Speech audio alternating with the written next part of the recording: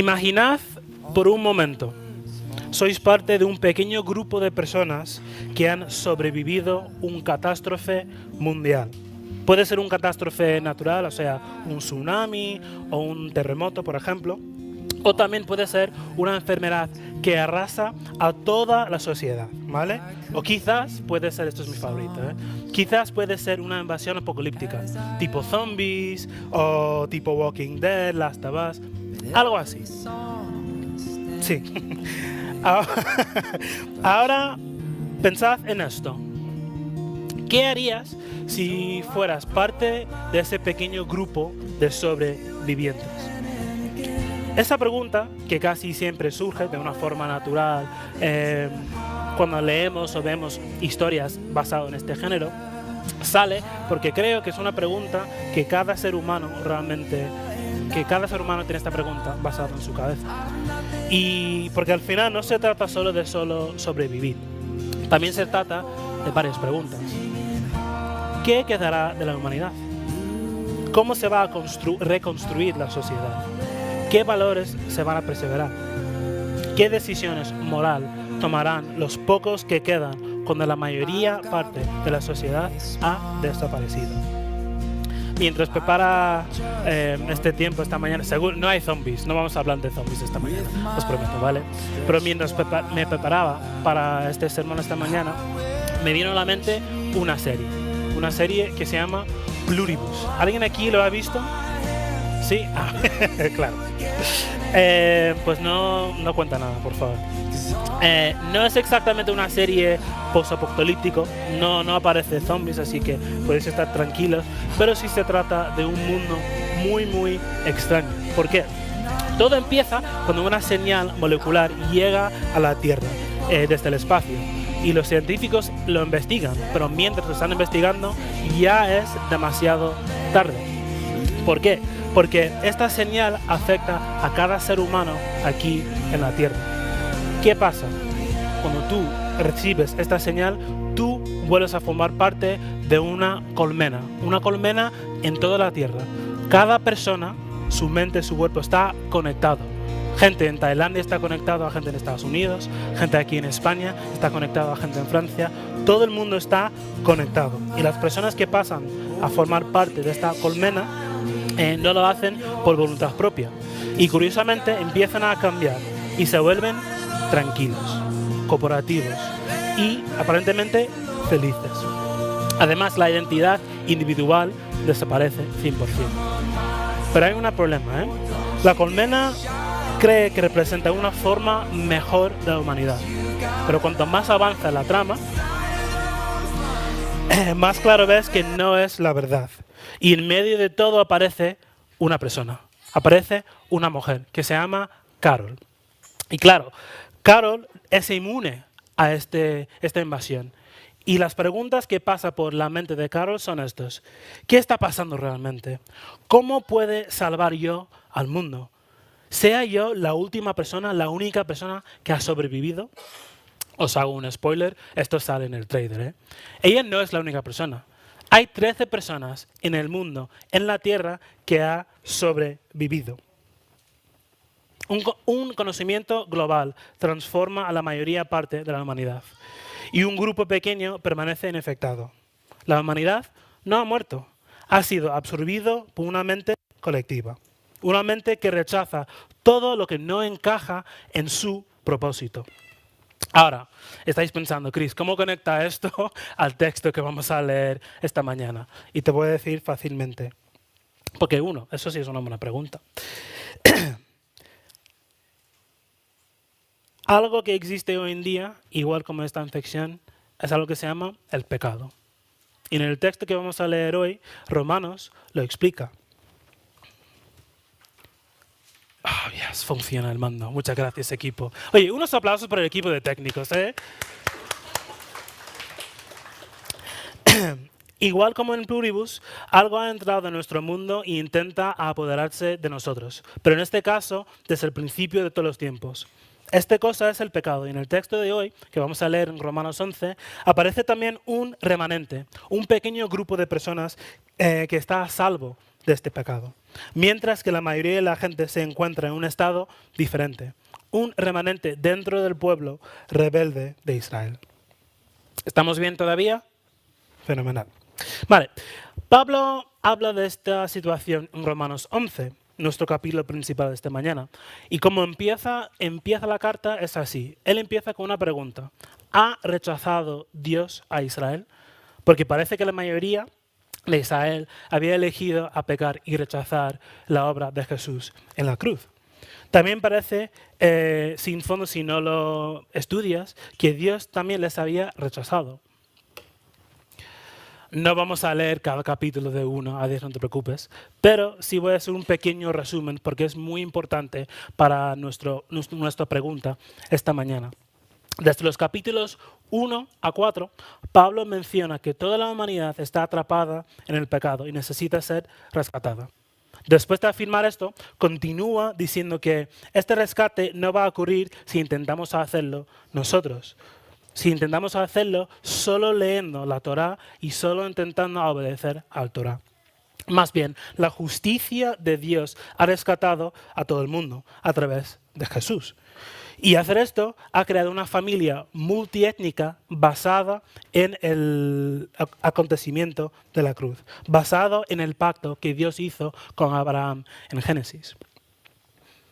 Crea una familia multiétnica, una familia de judíos, una familia de gentiles, una nueva humanidad creada por Dios. Luego continúa hablando sobre la ley de Dios y cuál era el propósito de aquella ley.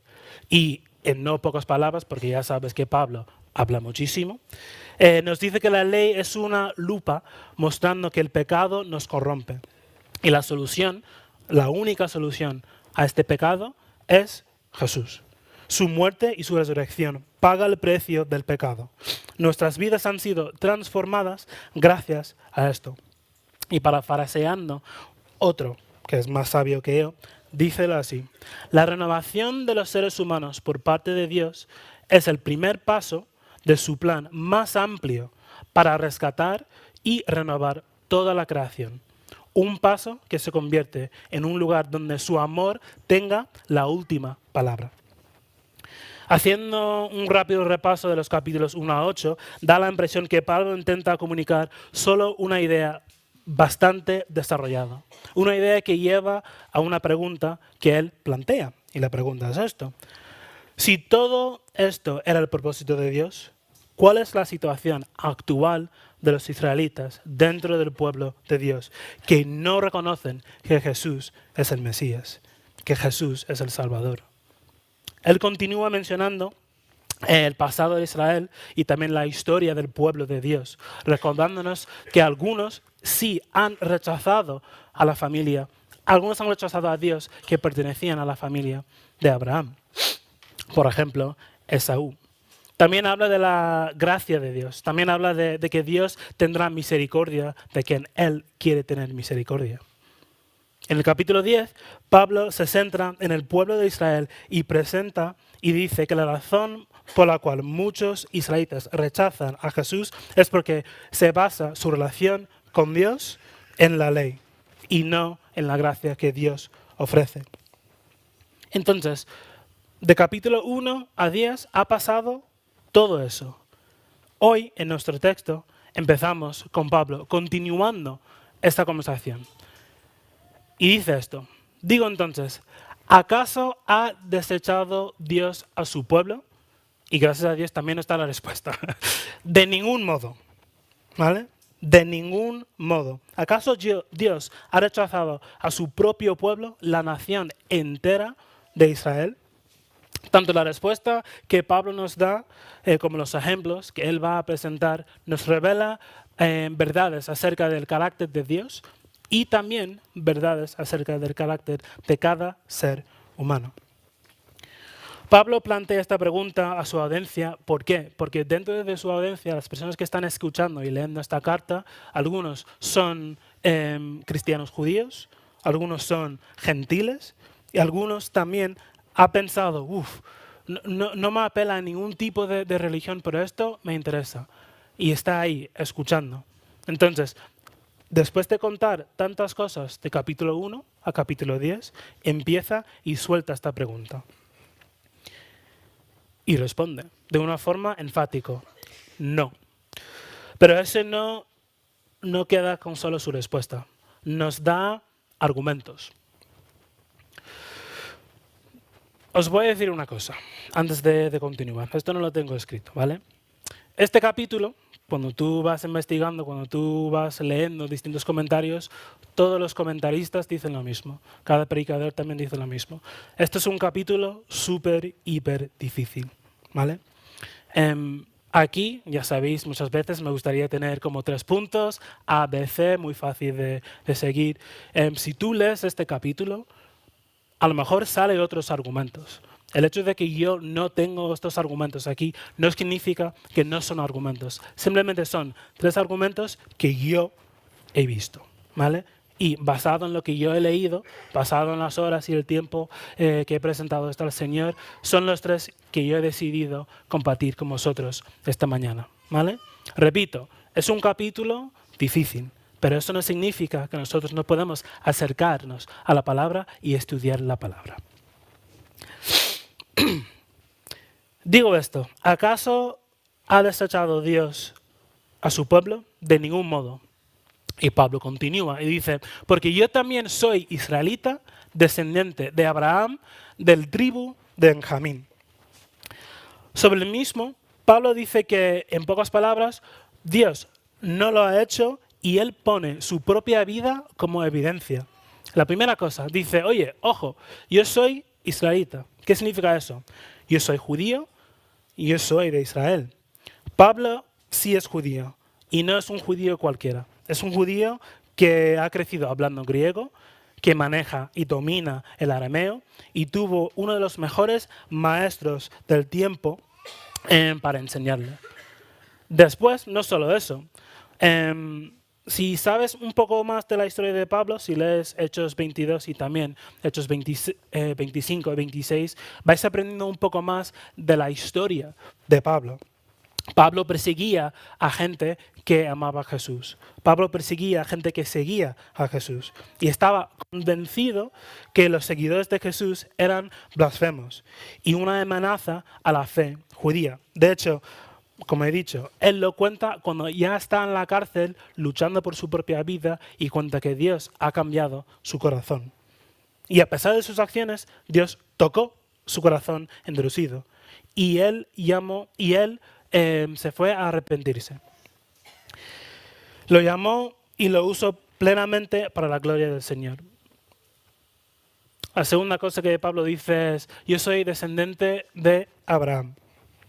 Como he mencionado antes, si lees Génesis 15 y Génesis 17, vais a ver que Dios hace un pacto con Abraham diciendo, oye, vas a tener una descendencia muy amplia. Puedes contar todas las estrellas y tantas estrellas habrá en tu linaje. Y lo que Pablo está diciendo es esto, yo formo parte de ese linaje. Es decir, la relación del pacto de Dios con Israel no ha sido anulado. Él y Pablo mismo es la prueba de ello, porque está donde está gracias a esa promesa. Y la tercera cosa que dice es, también pertenezco al tribu de Benjamín. Esto es relevante porque la tribu de Benjamín, que pertenecía al tribu del primer rey de Israel, que era Saúl, fue uno de los tribus que permanecía fiel al reino. Cuando los reinos se dividieron, este tribu se mantenía fiel al reino, a la dinastía davídica. Entonces, basado en esto, soy israelita, descendiente de Abraham y del tribu de Benjamín. ¿Qué es lo que podemos aprender sobre este argumento que Pablo usa para contestar a la pregunta si Dios ha desechado de su pueblo? Nadie está demasiado perdido para Dios. Nadie. Teniendo en cuenta la transformación radical que él experimentó, teniendo en cuenta su historia, teniendo en cuenta todas las cosas que Pablo ha experimentado y todas las cosas que Pablo ha hecho en contra de la iglesia, y aún así Dios tocó su corazón y él está donde está ahora mismo. Por eso Eso es una muestra claramente de que nadie está demasiado perdido para Dios. ¿Hasta aquí bien? Seguimos. Pablo continúa con su segundo argumento que respalda su respuesta del enfático no, diciendo esto: Dios no ha desechado a su pueblo al cual conoció con anterioridad. ¿O no sabéis lo que dice la Escritura en el pasaje sobre Elías, como suplica a Dios contra Israel? Dice: Señor, han dado muerte a tus profetas, han derribado tus altares, y yo solo he quedado y atentan contra mi vida. En su segundo argumento, Pablo dice que Dios no ha desechado a su pueblo porque lo conoció de antemano, y después introduce el pasaje de Elías y la conversación como ejemplo.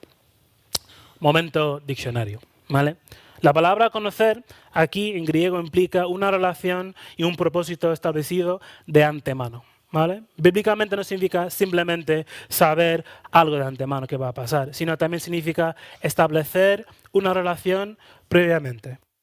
Y en esto Dios lo hizo.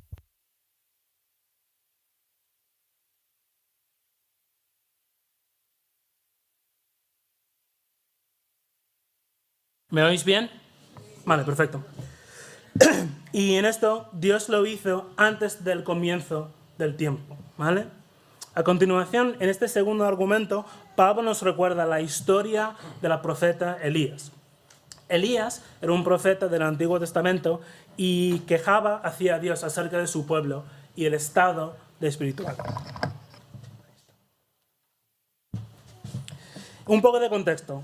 Me gusta esta foto. ¿Podéis ver esta foto? ¿Podéis apagar la...? Ahí está. Perfecto. Un poco de contexto. Jezabel era la reina de Israel y su esposo era Acab. Y el reino de Israel era el reino del norte, ¿vale? Elías derrota a las profetas de Baal, uno de los dioses falsos. Y después de eso, Jezabel se enfadó.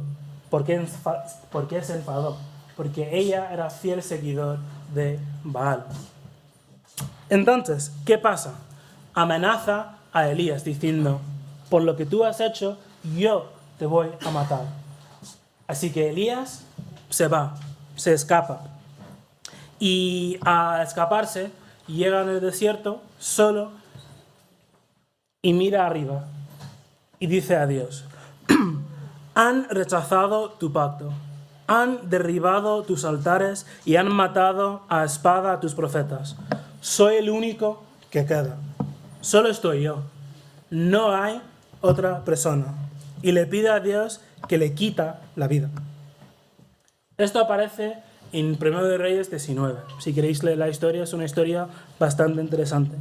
Y si realmente escuchas a lo que está diciendo Elías, no solo es una queja, sino que también ruega a Dios que actúe de una manera recta y justa.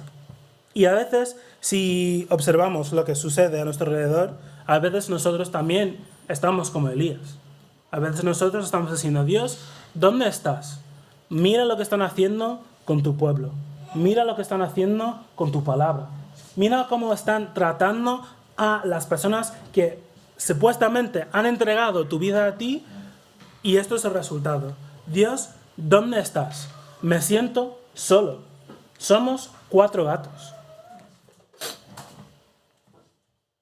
Esa frase que somos 4 gatos, Dios, ¿dónde estás?, a veces cuela en nuestra mente. A veces se olvidamos que pertenecemos a una iglesia bastante grande. A veces nos olvidamos de que no somos los únicos que creemos en Dios. Hay muchas personas en todo el mundo que han entregado su vida al Señor. Pero aún así, en los momentos difíciles, actuamos también como Elías. Y si estás ahí como Elías, mira la respuesta que Pablo señala a Dios para refutar la percepción de Elías y también la percepción de nosotros. Dice esto: ¿pero qué le dice la respuesta divina? Me he reservado 7,000 hombres que no han doblado la rodilla a Baal. En otras palabras, Dios dice: lo que ves no es el panorama completo. sigo trabajando aunque no lo percibas. Todavía he reservado, apartado, 7.000 que no se han doblado y no se han vencido. Y al final son míos. 7.000 a quienes he reservado. Y a veces la gente dice, 7.000 es muchísimo, muchas personas. Bíblicamente, el número 7 es un número bíblico para enfatizar lo que ha pasado. Al mirar el hecho de que existe esta preservación de un remanente, de este grupo pequeño, demuestra algo muy importante para los oyentes de este momento. Demuestra la fidelidad de Dios al pacto que hizo con Abraham. Demuestra su compromiso con su pueblo, a pesar de su infidelidad e idolatría. Lo que Pablo está diciendo aquí, a través de la respuesta de Dios, es que en realidad siempre ha habido en Israel un remanente fiel, aun cuando parecía que no había nadie en el pueblo que aceptaba a Dios. Siempre había un grupo pequeño que seguía y entregaba su corazón al Señor y se mantuvieron fiel. Así que, con este segundo argumento de Pablo, ¿qué podemos aprender? Al usar la conversación entre Elías y Dios, Pablo nos recuerda que Dios todavía está preservando y trabajando en los corazones de su pueblo. Vemos que la historia no se termina aquí. Vemos que Dios siempre está trabajando a pesar de a veces que nosotros no lo vemos. A pesar de tu vecino te ha rechazado. A pesar de tú has compartido el Evangelio y te persiguen en el trabajo. A pesar de cada cosa, Dios sigue trabajando. Dios sigue protegiendo a su pueblo. ¿Bien? ¿Seguimos? Fenomenal. Pablo continúa llevándonos a su tercer argumento. Y de la misma manera también he quedado en el templo, en el tiempo presente, un remanente conforme a la elección de la gracia de Dios. Pero si es por gracia, ya no es a base de obras. De otra manera, la gracia ya no es gracia. Y si por obras, ya no es gracia. De otra manera, la obra ya no es obra.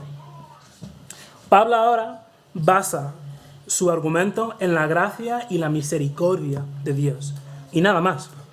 Israel era una nación que una y otra vez le daba la espalda a Dios.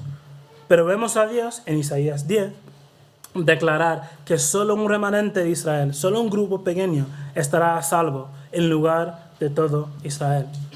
Recordad que en el primer capítulo de Isaías vemos a Dios decir a Israel, decir que Israel merecía castigo, al igual que Sodoma y Gomorra, dos ciudades que fueron completamente destruidos porque le dieron la espalda a Dios y por el pecado que ellos cometieron. Tanto que hoy en día, si hay una ciudad, si hay un grupo de personas que están haciendo barbaridades, ¿qué es lo que decimos? Que eso pertenece a Sodoma y Gomorra. Sin embargo, aunque la nación entera de Israel merecía el mismo castigo que Sodoma y Gomorra, Dios decide tener misericordia de un pequeño grupo dentro de la nación. ¿Por qué? Porque Dios le dijo a Moisés, Él tendrá misericordia de quien Él tenga misericordia y tendrá compasión de quien Él tenga compasión. Esto lo podemos leer y ver y también escuchar en Romanos 9:15 y también en Éxodos 33. Dios elige y punto. Y eso es algo que nosotros tenemos que aceptar. Me gusta como otra versión de la Biblia lo dice. Lo mismo sucede hoy, porque unos cuantos del pueblo de Israel han permanecido fieles por la gracia de Dios, es decir, por su bondad inmerecida al elegidos. Y como es mediante la bondad de Dios, entonces no es por medio de buenas acciones. Pues en ese caso, la gracia de Dios no será lo que realmente es, gratuito y inmerecido. Somos salvos desde el mismo destino, no por nuestras obras, ni por cómo actuamos, ni lo que hacemos. Israel, como nación, no aceptó este regalo gratuito y endurecieron sus corazones. Sin embargo, el remanente, el grupo pequeño que Dios salvó, que existe dentro de la nación en su conjunto, son salvos y se mantienen firmes, no por motivación de sus buenas obras, sino porque están convencidos de la gracia y el propósito de Dios. Así que con este tercer argumento, ¿qué es lo que podemos aprender que Pablo está compartiendo con su grupo? Todo es por pura gracia, un regalo completamente inmerecido. Nadie está demasiado perdido para Dios. Dios siempre está preservando a su pueblo y todo es por pura gracia, un regalo completamente inmerecido. Ahora, en los siguientes 4 versículos parece que Pablo introduce una nueva pregunta o tema, ¿vale? Yo cuando estaba estudiándolo, cuando estaba leyendo, lo tenía claro, 1 a 6, fenomenal. Y Pablo, siendo Pablo, ya arranca con otra pregunta. Dice, ¿entonces qué? Aquello que Israel busca no le ha alcanzado porque les fueron escogidos, lo alcanzaron y los demás fueron endurecidos, tal como está escrito. Dios le dio un espíritu de estupor, ojos con que no ven y oídos con que no oyen, hasta el día de hoy. Y David dice, su banquete se convierta en lazo y en trampa, y en piedra de tropiezo y en retribución para ellos. Madre mía. Muchas gracias. Sus ojos para que no puedan ver, y dobla sus espaldas para siempre. Pablo no introduce una nueva pregunta, sino en realidad es una continuación de su último argumento, aludiendo al comportamiento del estado del corazón de Israel en varias ocasiones. Israel busca el favor de Dios. Buscan ser rectos y justos. Y que conste, eso no hay nada malo en ello. Pero la mayoría tropezaron por la forma en cómo lo hicieron. Intentaban hacerlo a través de las leyes. Intentaban hacerlo por sus propios méritos, no por la gracia del Señor. Y lo que Pablo habla aquí de este comportamiento a veces cuela en nuestra propia teología, si no tenemos cuidado. Tim Keller lo explica de esta forma. Una persona puede esforzarse tanto por agradar y servir a Dios que llega a resistir firmemente a la idea de la gracia. ¿Cómo? Bueno, es poder concluir muy fácilmente que Dios es santo y majestuoso, que es verdad, y que no puede tolerar el mal de ninguna manera. Por lo tanto, concluyes y debes limpiar y purificar tu corazón para acercarse a Él. Consideras que cualquier concepto de acepción libre, total, incondicional, deshonra a Dios. Y da miedo, pero lamentablemente es verdad. Esta idea puede colar en nuestros corazones, puede colar en nuestras mentes. En los versículos 4 a 10, Pablo cita 3 autores del Antiguo Testamento. Moisés, en el versículo 8, David, en el versículo 9, y Isaías, en el versículo 10. Lo hace para destacar las consecuencias del constante endurecimiento del corazón de Israel hacia la gracia de Dios. El endurecimiento del corazón era el castigo por tener un corazón orgulloso que rechazaba voluntariamente la gracia de Dios. Estos versículos muestran que así es como Dios siempre ha tratado al pueblo de Israel. Si se endurecían, Él también los endurecía, abandonando a ellos a sus pecados. 10 versículos llenos de riqueza profunda. Y en ellos no solo podemos aprender del carácter de Dios. Como he dicho, también podemos aprender del carácter de los seres humanos. Nadie está demasiado perdido para Dios. Dios siempre está preservando a su pueblo. Todo es por pura gracia. Un regalo completamente inmerecido. Antes de terminar, todavía quedan 15 minutos, ¿vale? Antes de terminar, me gustaría compartir algo con vosotros. Mientras me preparaba para investigar esto esta mañana, pasaban muchas cosas por mi mente. Al leer estos versículos hace 3-4 semanas, me preocupaba mucho, ¿vale? Como he dicho, no es un tema fácil, sale temas de predestinación, sale temas de libre albedrío, free will. Y si lees la Biblia, de Génesis hasta Apocalipsis, hay dos verdades, ¿vale? Dios está en control, y esto lo sabemos. Dios maneja todo, el plan de Dios se va a cumplir sí o sí. Al mismo tiempo, Dios nos ha dado la oportunidad de entregar nuestros corazones a Él. Y hay consecuencias para los que no lo hagan. Entonces, ¿cómo puede ser que Dios está en control y su plan se va a cumplir, pero al mismo tiempo nosotros tenemos la oportunidad de entregar nuestros corazones a Él y rechazar a Dios? Yo no tengo la respuesta. Ningún erudito tiene la respuesta. Pero lo que sí tengo claro es esto. Dios nos ama. Dios nos ha dado a su Hijo y ha entregado a su Hijo a base de nosotros, a base del amor que Él tiene para nosotros. Así que al escuchar un podcast hace mucho tiempo, y no era un podcast cristiano, era un podcast normal, ¿vale?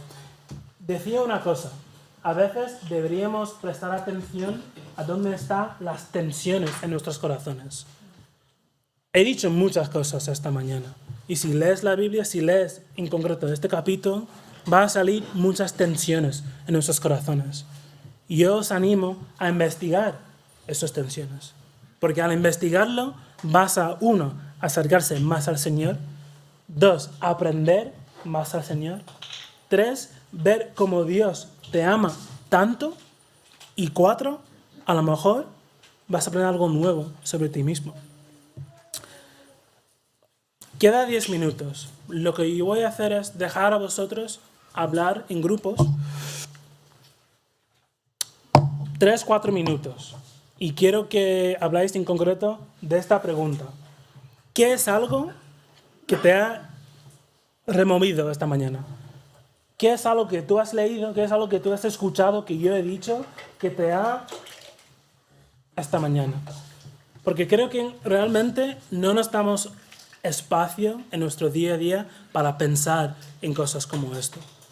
Pablo llevaba 10 capítulos hablando de tantas cosas, hablando de la gracia del Señor, hablando del amor del Señor, pero no es algo fácil de entender.